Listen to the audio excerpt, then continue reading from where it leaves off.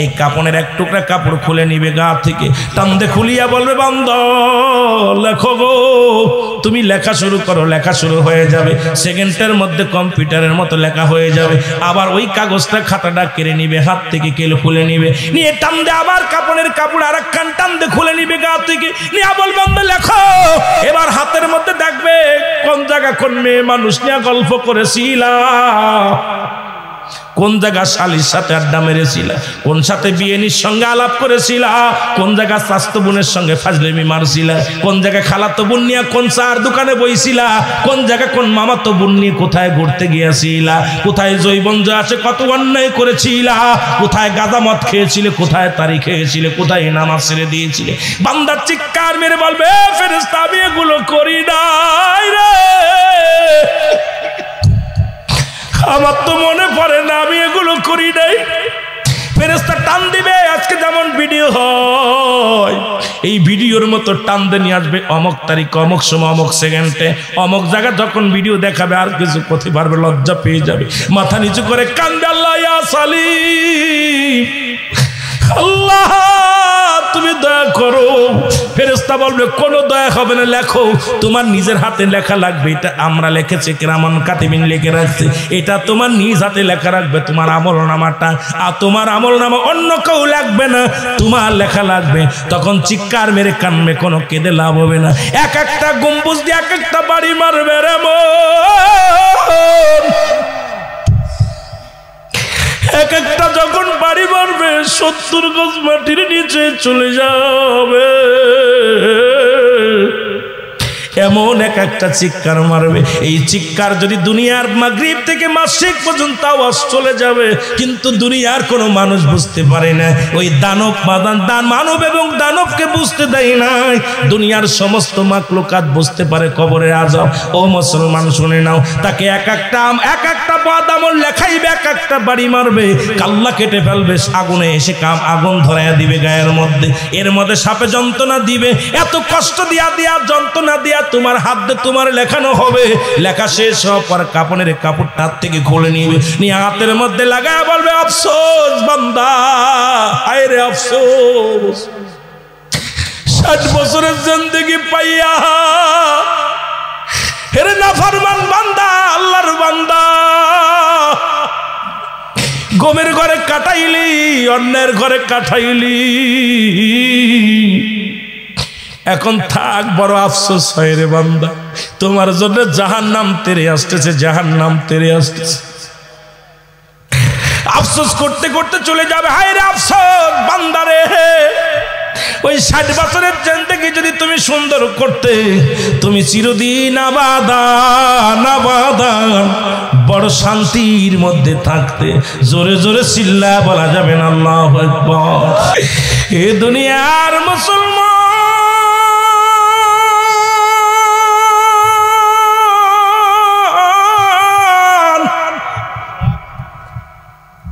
নুমান ফেরেশতা বিদায়ের পরপরই কবরে আসবে মুনকার নাকির গো, মুনকার নাকি আসিয়া বেঈমানের কোনো সওয়াল লাগবে না, ওই কাগজ দুটি দেখবে যখন তোমার গলার মধ্যে লটকানো,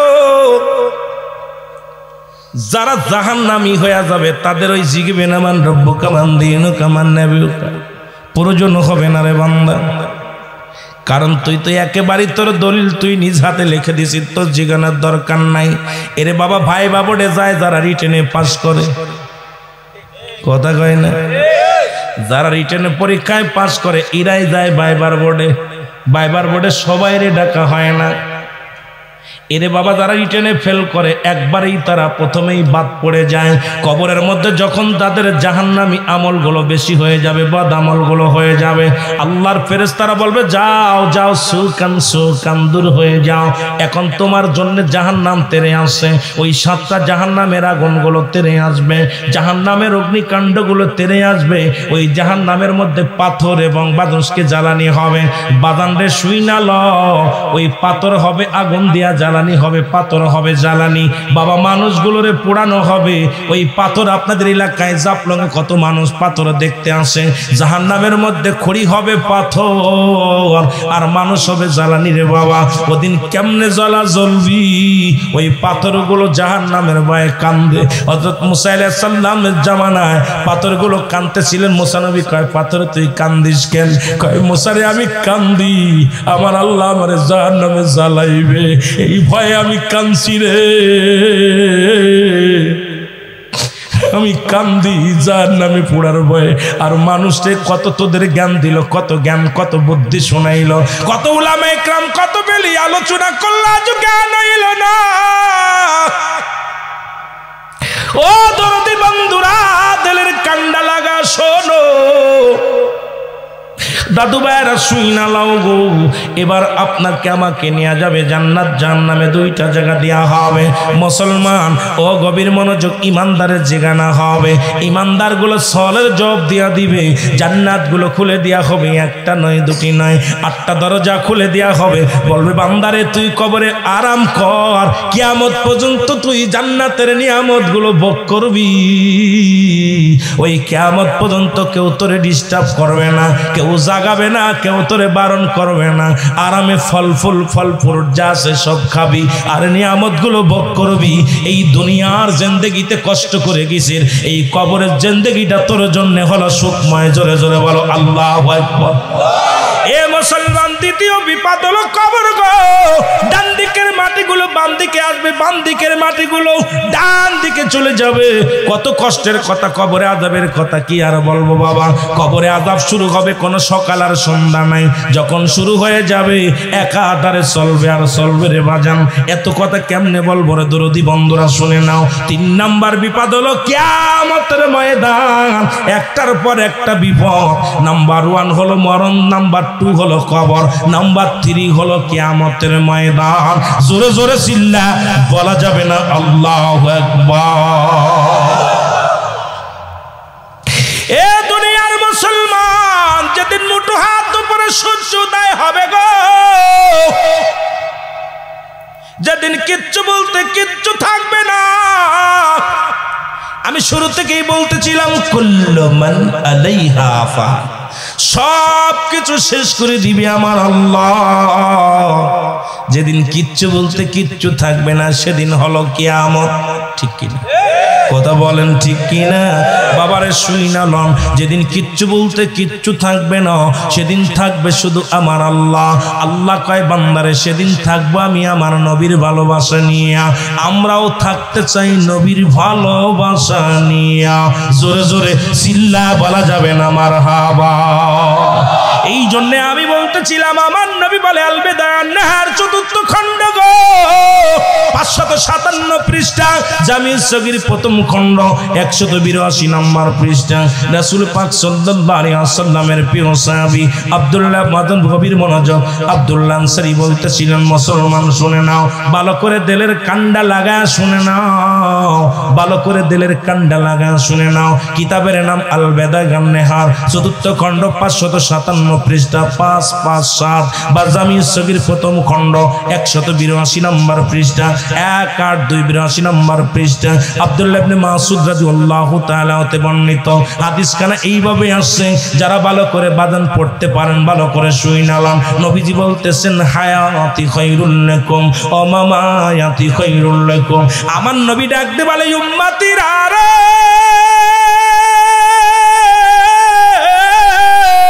আমি নবী দুনিয়ার মধ্যে আগমন করেছি, আমার আল্লাহ দুনিয়ার মধ্যে আমারে পাঠাইলো আমার উম্মতের জন্য কল্যাণকারক। জোরে জোরে চিল্লা বলা যাবে না মারহাবা। আমি বলতেছিলাম যে কত শুনে নাও, নবী বলতেছেন, উম্মতেরা রে, আমার 63 বছরের জিন্দেগিটা আমার উম্মতের জন্য বড়ই কল্যাণকারক। সেই নবীর চিল্লা না, আবার নবী দুনিয়া থেকে বিদায় হয়ে গেছে। নবী বলে না, মামায়াতি খায়রুল লাকুম। আমার নবী বলে, উম্মতিরা রে, আমি নবী দুনিয়া থেকে থেকে বিদায় নিছি, এটা আমার উম্মতের জন্য বড় কল্যাণকারক। এই জন্য কল্যাণকারক, পৃথিবীর মধ্যে কোনো উম্মত যদি ভালো কর্ম করে, আজকে এই জাফলংয়ের জমিনে যারা জান্নাতের বাগানে বসলা, নবী কয় আমার উম্মতের যখন ভালো কর্ম করে, ভালো কাজ কর্ম করে, নেকির কর্ম করে, সঙ্গে সঙ্গে আমি নবী আমার আল্লাহর দরবারে প্রশংসা করি আমার উম্মতের হইয়া। আবার যদি কোনো উম্মত পৃথিবীর মধ্যে গুনাহের কাজ করে, কোনো ভুল করে, কোনো অন্যায় করে, সঙ্গে সঙ্গে আমি নবীজি আমার আল্লাহর দরবারে আমার উম্মতের হয়ে ইস্তেগফার করি, মাফ চায়। এরে অন্যায় করে ছেলে, মাফ চায় বাবায়, অন্যায় করে গ্রামের ছেলে, মাফ চায় চেয়ারম্যান মেম্বার যাইয়া। এরে এমন নবীর উম্মত আমরা হইলাম গো, ভুল করে উম্মতিরা ক্ষমা চায় আমার নবী, সেই নবীর পক্ষে থাকার দরকার আছে কি না? এর 3 নাম্বার হলো কিয়ামতের ময়দান, কিয়ামতের আলামতে যাইতে যাই একটা উদাহরণ দেয়া যায়। পৃথিবীর মধ্যে একজন নবী একটা কিয়ামতের আলামত দেখাইছে, তার নাম হলো হযরত দাউদ আলাইহিস সালাম। সুবহানাল্লাহ বলেন আরো জোরে। এই পর্যন্ত যতজন নবী আছে কিয়ামতের ওই ভয়াবহ জিনিস কেউ দেখান নাই।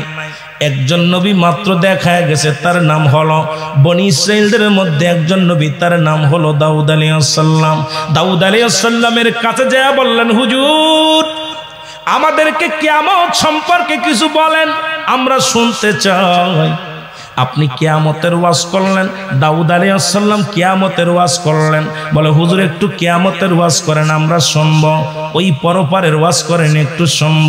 দাউদ আলাইহিস সালাম বলে আমি আজকে বলবো না, আমরা তোমাদেরকে কথা দিলাম, এবার ঈদের ময়দানে ঈদের নামাজ শেষে আমি দাউদ আলাইহিস সালাম তোমাদেরকে নিয়ে বৈশাখ কিয়ামতের কিছু বিবরণ আমি তোমাদের সামনে পেশ করব।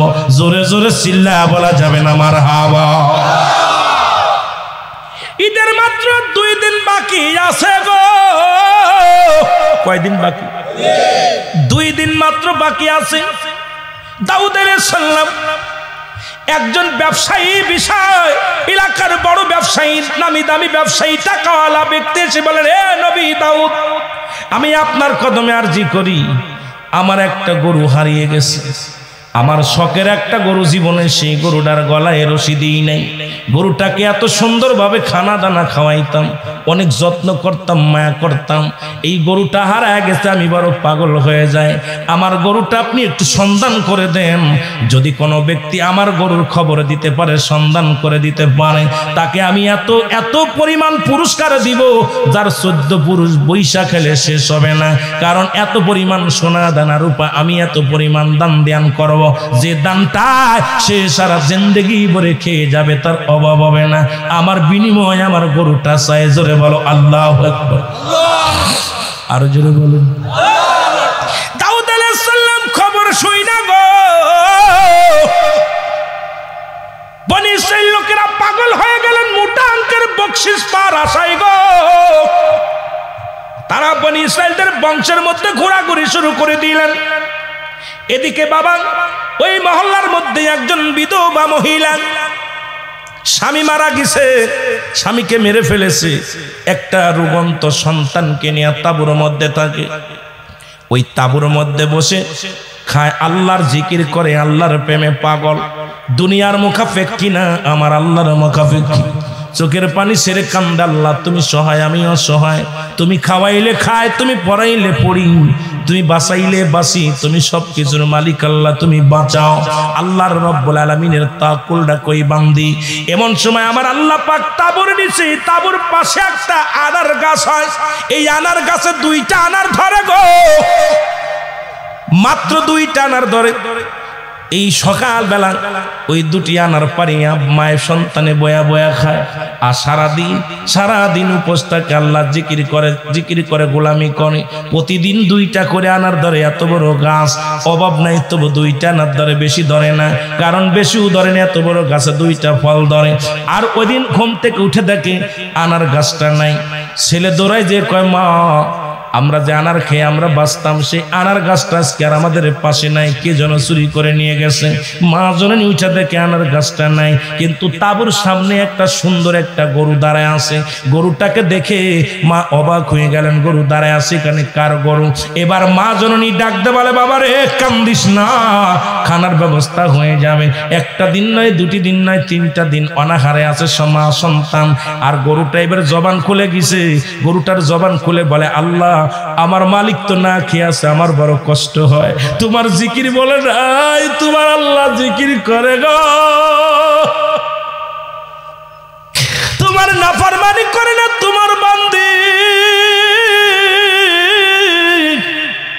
3 দিন 1 গ্লাস পানিও খায় না, তবু তোমারে বলে নাই, তোমার জিকিরে পাগল রে আল্লাহ। গরুটা বলে, মা আমি আজ 3টা দিন দাঁড়ায় আছি আপনার তাঁবুর সামনে, আপনার কাছে বলবো আপনারা ক্ষুধার্ত অবস্থায় ঘরের মধ্যে আছেন, আমাকে জবাই করে আপনি কাবাব বানায় খান। জোরে জোরে চিল্লা বলা যাবে না আল্লাহু আকবার।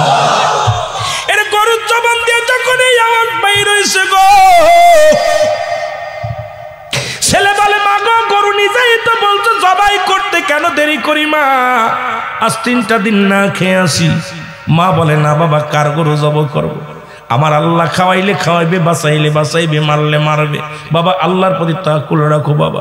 আল্লাহ গাছটা দিয়েছিল, গাছটা নিয়ে গেছে, আমরা অনাহারে আছি, কোনো কষ্ট নাই বাবা, তুমি আল্লাহর ডাকো। মা সান্ত্বনা দেয় বাবারে, সন্তানের সান্ত্বনা দেয়। সন্তান কয়, মা মারে আমি আর ক্ষুধার যন্ত্রণা সহ্য করতে পারি না, আর যেহেতু গরুটা নিজের মুখে তারে জবাই করতে বলছে, কেন আমরা দেরি করছি মা, জবাই করে দিই। গরু বলে, বাবা, গরুটা ডাক দে বলে, বাসায় আমি তোরে বলতেছি, তোর মা সন্তান মিলাও আমারে জবাই করে, জবাই করিয়া গোস্তগুলো কাবাব বানায়া খা। এই কথা বলার পর মা পুতি দুজন মিলিয়া গরুটারে জবাই করলেন, জবাই করিয়া গোস্ত কাবাব বানায়া খাইলেন। বাকি গোস্তটা বাইরে রেখে দিলেন, গোপনে নয় আলাদা রেখে দিলেন, গরিব অসহায় মানুষের জন্য রেখে দিলেন, কারণ এত গোস্ত আমার লাগবে না, যেটুক লাগবে সেটুক নিছে, বাকি টুক রয়েছে। এমন সময় একজন বাজান সিআইডি, ওই যে পাহাড়ে নিজে ওই লোভে পড়েছেন, বনি ইসরাইলের লোক লোভের মধ্যে পড়িয়া খুঁজতেছিল, খুঁজারু খুঁজতে খুঁজতে আয়া ঠিকই খোঁজ পেয়ে গেলেন, গরু জবাই করছে। ডাকতে বলে, বুন্ডে আমাকে একটু গোস্ত দিবা, নিয়ে আমি আজ 3 দিন অনাহারে। কয়, বুন্ডে যত গোস্ত লাগে তুমি নিয়ে যাও, বেশি নিও না, তোমার যেটুক লাগে সেটুক নাও।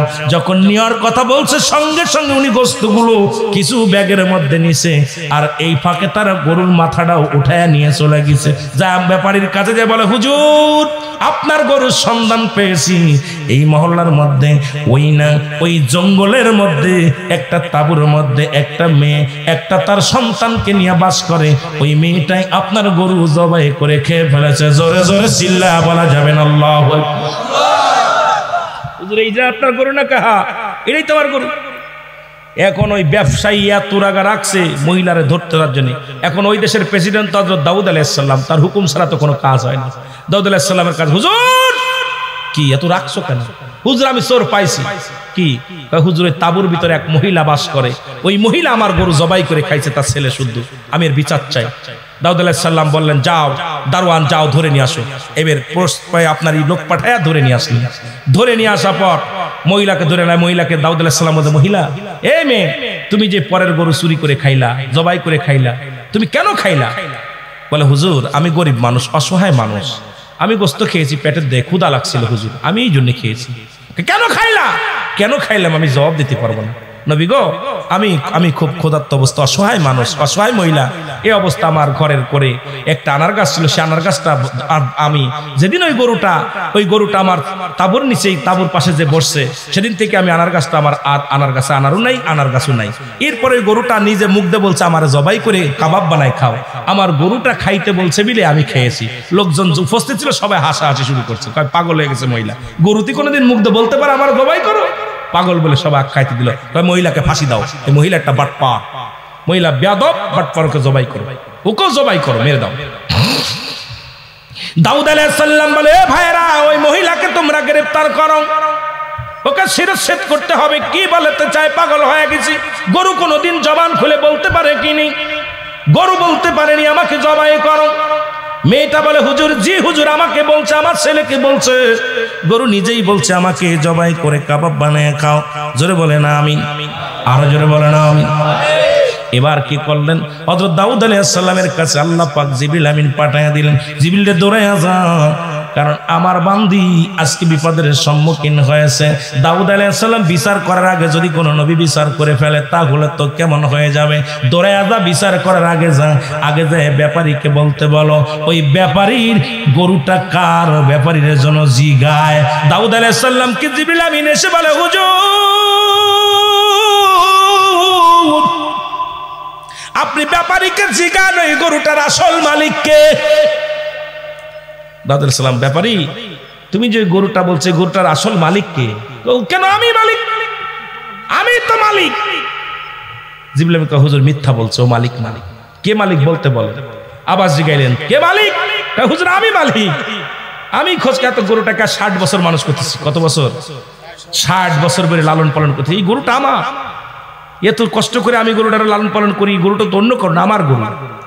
জিবরিল আমিন বলে, হুজুর মিথ্যা বলেছে, ওর মুখ বন্ধ করে দেন। জিবরিল আমিন বলে, হুজুর আল্লাহ হুকুম দিয়েছে ওর মুখ বন্ধ করে দিতে, ওর চোখ বন্ধ করে দিতে। যে হাতটা চুরি করেছে সেই হাত বলে দিবেন, যে পা দিয়ে চুরি করেছে সেই পা বলে দিবেন। দাউদ আলাইহিস সালাম বলে, আল্লাহর হুকুমে এ ব্যাপারী, আল্লাহ ওই ব্যাপারীর জবান তুমি বন্ধ করে দাও, ওই ব্যাপারীর চোখ তুমি বন্ধ করে দাও। সঙ্গে সঙ্গে জবান বন্ধ হয়ে গেলেন। ব্যাপারী কথা বলতে পারে না, চোখ দিয়ে দেখতে পারে না, হাত 10টা আঙ্গুলে 10টা মুখ হয়ে গেলেন। এ বাবা শোন, হাতে সাক্ষী দিবে, পায়ে সাক্ষী দিবে, শুনেছেন, সারা জীবন শুনেছেন। আর দাউদ আলাইহিস সালামের জামানায় এটা প্রমাণ করে দাউদ আলাইহিস সালাম দিয়া আমার আল্লাহ দেখাইছে। জোরে বলো মারহাবা। 10টা আঙ্গুলে 10টা মুখ হয়ে গেছে। হাত বলে, হুজুর এই গরুর মালিক ওই ব্যাপারী নয়, এই গরুর মালিক ওই মহিলা, মহিলার স্বামী ওই বালকটা এই গরুর মালিক।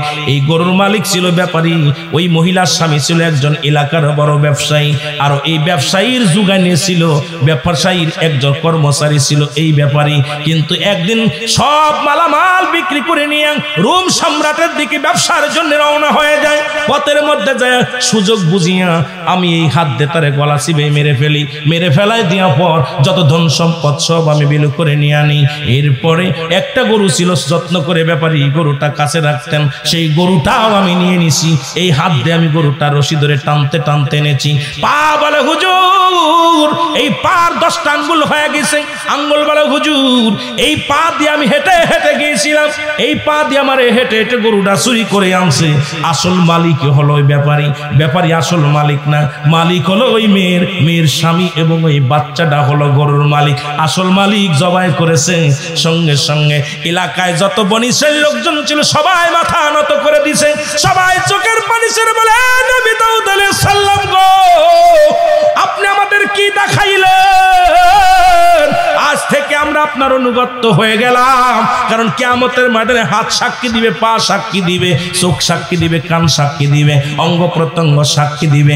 আজকে সেটা প্রমাণ আপনি করে দিলেন। যতদিন পর্যন্ত বনি ইসরাইলের লোকেরা, যতদিন পর্যন্ত দাউদ আলাইহিস সালামের কওমের লোকেরা, বংশের লোকেরা আমার বাদানলে দাউদ আলাইহিস সালামের অনুসরণ অনুকরণ করতে লাগলেন, এমন সময় দাউদ আলাইহিস সালাম বললেন, তোমরা দেখতে পাইছো কিনি কিয়ামতের ময়দানে মুখ বন্ধ থাকবে, তার অঙ্গ প্রত্যঙ্গ সাক্ষী দিবে। সুতরাং হুঁশিয়ার হয়ে যাও, সাবধান হয়ে যাও, তোমরা পাপ কাজ থেকে কি থাকো, বিরতি থাকো, অন্যায় কাজ থেকে বিরতি থাকো, কারণ এটা হলো একটা কিয়ামতের আলামত। জোরে বলো আল্লাহু আকবার। বাবা আজরাইল আলাইহিস সালাম যখন জানটা নিয়ে যায়, কবরের মধ্যে শোয়ানোর সঙ্গে সঙ্গে নোমান ফেরেশতা আসে, দুই হাতে থাকে 2টা কাগজ। এই কাগজ নিয়ে কবরের ভিতরে হাজির হয়ে যায়, বলে বান্দা ওঠো, তোমার বান্দা ওঠো, তোমাকে আজরাইল আলাইহিস সালাম জানটা নিয়ে গেছে, আমি তোমার রূহটা পৌঁছাই দিয়ে গেলাম, কিয়ামত পর্যন্ত আর তোমার মরণ হবে না। এই রূহটার সঙ্গে হিসাব আর নিকাশ হবে, একবার জান্নাত নাই জাহান্নামে দেওয়া হবে। বান্দা তুমি ওঠো, সঙ্গে সঙ্গে উঠায়া রূহটা আপনার কাছে পৌঁছায়া দিবে, খাঁচার কাছে পৌঁছায়া দিবে। এ দরদি বন্ধুরা, দিলের কান্ডা লাগা শুনে নাও। এবার নোমান ফেরেশতা কাগজটা হাতের মধ্যে দিয়ে বল বান্দা এটা তুমি দেখো। উনি দেখবে 60 বছরের জিন্দেগি, 80 বছরের জিন্দেগি, 50 বছরের জিন্দেগি। আপনি কত রাকাত নামাজ পড়েছেন, কতটা মিথ্যা কথা, কতটা ভালো কথা করেছেন, কয়টা কোরআন হাদিস শুনেছেন, কত জায়গা কালেমা পড়েছেন, কত জায়গা জিকির করেছেন, কত জায়গা দান খয়রাত করেছেন, সব কিছু এই কাগজটার মধ্যে। বান্দা দেখে বড় আফসোস করবে, আরে 60 বছরের জিন্দেগি, ওই 60 বছরই যদি দান ধ্যান করতে পারতাম, ওই 60 বছরই যদি নামাজ আদায় করতে পারতাম, ওই 60 বছরই যদি সত্যের পথে থাকতে পারতাম, কতই না উত্তম হতো। তবু আনন্দ লাগবে। আল্লাহ এ মুসলমান শুনে নাও, ওই প্রশ্নপত্র লিখতে যান যখন পরীক্ষার খাতায়, ওই প্রশ্নটা একবার দুইবার পড়া থাকলে বড় আফসোস করে, হারে এখন লিখতে পারতাম যদি আর একবার পড়তাম। কথা কয় না, কথা কয় না। আর একবার যদি পড়া থাকতো লিখতে পারতাম, আর একবার পড়তে পারি নাই। আরে পড়তেছিলাম ঠিকই কিন্তু বুঝতে পারি নাই। এবার কাগজখানা লইয়া বলবে বান্দা, আল্লাহর বান্দা এটা তুমি লিখে দাও, এই দুনিয়ার মধ্যে যত এইটা লিখে দাও ভালো কর্ম করেছিলে। বান্দা বলবে আমি কাগজ পাবো কই, আমার কাছে তো কোনো কলম নাই। বান্দা আল্লাহর ফেরেশতা ডাক দে, বলে নুমান ফেরেশতা, কলম হলো তোমার শাহাদত, আঙ্গুল মুবারক হলো তোমার কলম। এ বান্দা এটা হলো তোমার কলম মুবারক, লেখো। বলে আমি কালি পাবো কই, কালি হলো তোমার মুখের থুতা, থুতু মুবারক, জোরে বলো আল্লাহু আকবার। এই থুতু মুবারক হলো তোমার কালি। এ বান্দা, বান্দা বলো ফেরেশতা আমি কাগজ পাবো কই। সঙ্গে সঙ্গে 3 টুকরা কাপড়ের কাপড় দেয়া হয়। হৃদয় আল্লাহ নবী তুমি গুণমণি, বলেন দয়াল্লাহ নবী তুমি গুণমণি। এর পাপীদেরকে তরা ইতে গো নবী, পাঠাই মাওলা কাদের গো হরি গো নবীজি। মায়ার নবী তুমি গুণমণি, বলেন দয়াল নবী তুমি গুণ। ও মা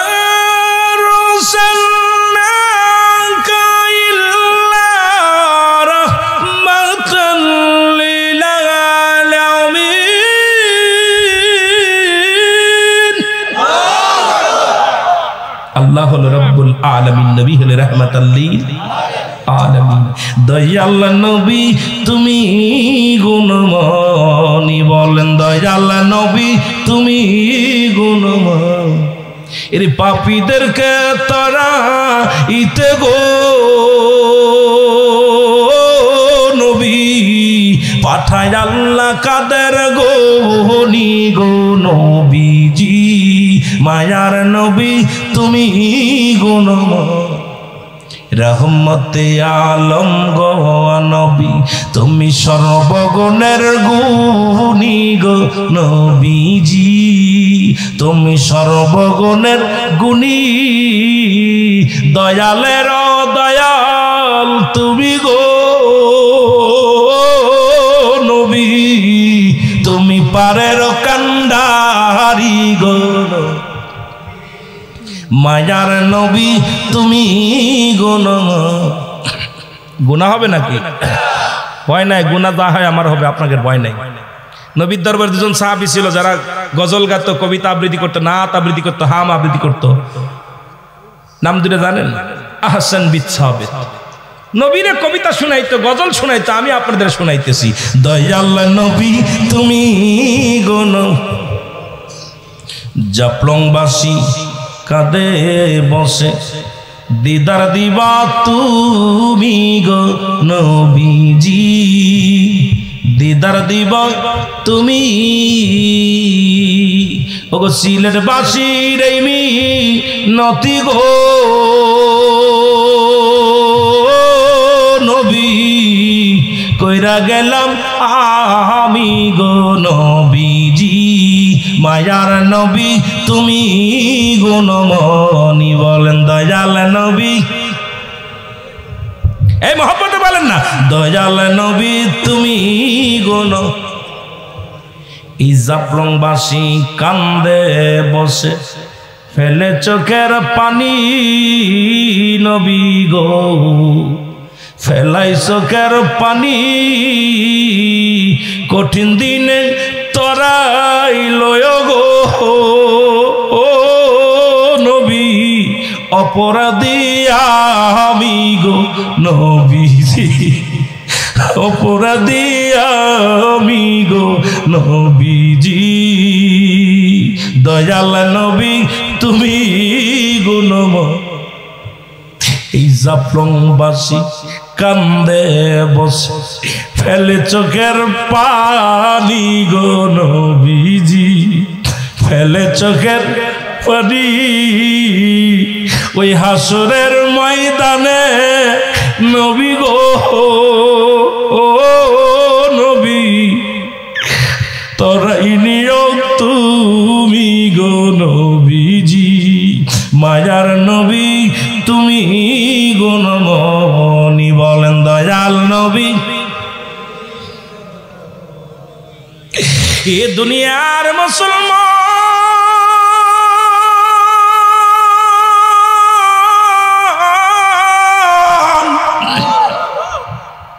অমন ঘমায় ওনারে নাম জপ মৌলা, একদিন ঘুমাইবি রে মন, কবর মাঝার মন। একটু মহব্বতে বলেন মন ঘুমায় না রে, নাম জপ মৌলা, একদিন ঘুমাইবি রে মন, কবর মাঝার মন। বাড়ি গাড়ি সুন্দর নারী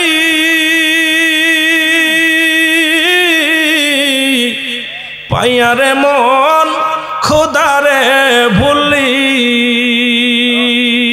ও তোর অন্ধকার কবর মাজার, অন্ধকার কবর মাজার হবে তোমার ঘর। মন ঘুমায় না রে, মন ঘুমায় না রে, নাম জপ মৌলা, একদিন ঘুমাইবি রে মন, কবর মাঝার।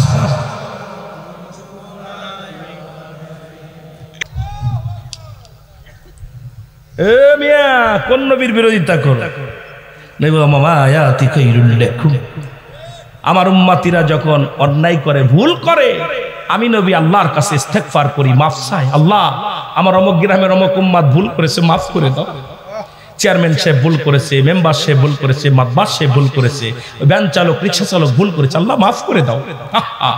এমন নবী চেয়ারম্যান বোঝে এলাকার মাধ্যম যখন মারামারি বাদায় মাফ চাই, চেয়ার গোপনে যে ভাইজান আমার গ্রামের মানুষ ভুল করে, ছেলেটা মাফ করে দাও। আব্বা যে কয় আমার ছেলেটা পাগল মানুষ, মাফ করে দাও, ভুল করেছে। এমন নবীর উম্মত হয়েছি, কে কার জন্য কান্দে? হাসরের দিনেও কান্দবে, এখনো কান্দে, কিয়ামত পর্যন্ত কান্দবে। জোরে বলেন ঠিক কিনা, আরো জোরে বলেন ঠিক কিনা। এই নবীজিকে চাই কি চাই না? আরো জোরে বলেন চাই কি চাই না? যারা চাবি না দরকার নাই, যারা যা দরকার নাই, তারা যখন মারা যাবে বল বিসমিল্লাহি ওয়া আলা মিল্লাতি কুত্তাউল্লাহ।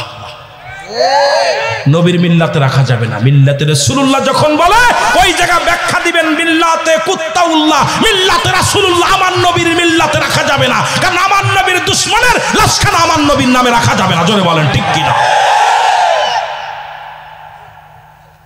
কষ্ট হয় আপনাদের? এই জন্য আমি একটা সঙ্গীত বলে আসি, বলবেন নি সাথে? বলেন। আমার মনের জল্পনা কল্পনা, নবী যাব আমি সোনার মদিনা। যেতে চাননি? নবী কি জাফলং এ আছে? কথা কন। নবী জাফলং এ আছে, কার কার বিশ্বাস হয়? আমিন বলেন, আমিন। বুঝতে পারছি বেঈমান গুলো নাই, ইমানদার আছে। এই জন্য আমি শুরুতেই ওই যে বলছি আমিনান নাসি মা ইয়াকুলু আমান্না বিল্লাহি ওয়া বিল ইয়াউমিল আখির ওয়া মা হুম বিমুমিনিন। এই আয়াতের বিশ্লেষণ যদি আরো দিতাম তাহলে তো আরো বাইরে হইতো। চোর বাটপাত তো আল্লাহ ধরাইছে, আমি ধরাইছি, আজকে দেখি সব ইমানদার। আল্লাহু আকবার বলেন। আমার মনের জল্পনা কল্পনা, নবী যাব আমি সোনার, বলো যাব আমি সোনার মদিনা, বলো যাব আমি, আরো জোরে, যাব আমি সোনার। আমার মনের জল্পনা কল্পনা নবী যাব আমি সোনার বলো যাব আমি সোনার নবীজিকেও ভালোবাসি মনটাই আমার অনেক খুশি নবীজিকেও ভালোবাসি একটা জবান বন্ধ রাখবে না জোরে নবীজিকেও ভালোবাসি মনটাই আমার অনেক খুশি নবীজিকেও ভালোবাসি এর নবীজিকেও ভালোবেসে তৃপ্তি মেটে না বলো নবীজিকেও ভালোবেসে না গো যাব আমি সোনা বলো যাব আমি সোনা আমার মনের জল্পনা কল্পনা নবী যাব আমি ডাকিলে মনে হয় মধু নবীর নামে এত জাদু ডাকিলে মন আরে এই মধু কোথাও মেলে না বলো এই মধু না গো যাব আমি সোনা বলো যাব আমি সোনা আমার মনের জল্পনা কল্পনা নবী যাব আমি এর যাব আমি সোনার বলো যাব আমি এই নয় বস্তির যত গোনা মাফ করে দাও মাবুদ মৌলা জাপলং বাঁশির যত গোনা মাফ করে দাও মাবুদ মৌলা মাফ করে দাও নবীর ওসিলায় বলো মাফ করে দাও লাই গো যাব আমি সোনা বলো যাব আমি সোনার মদিনায় বলো যাব আমি আমার মনের জল নবী যাব আমি এই বাংলাদেশের যত গোনা মাফ করে দাও মাবুদ মৌলা বাংলাদেশের যত গোনা মাফ করে দাও মাবুদ মৌলা মাফ করে দাও নবীর ওসিলায় ও গো মাফ করে দাও অলির ওসিলায় গো যাব আমি সোনা বলো যাব আমি সোনা আমার মনের জল্পনা কল্পনা নবী যাব এ দুনিয়ার মুসলমান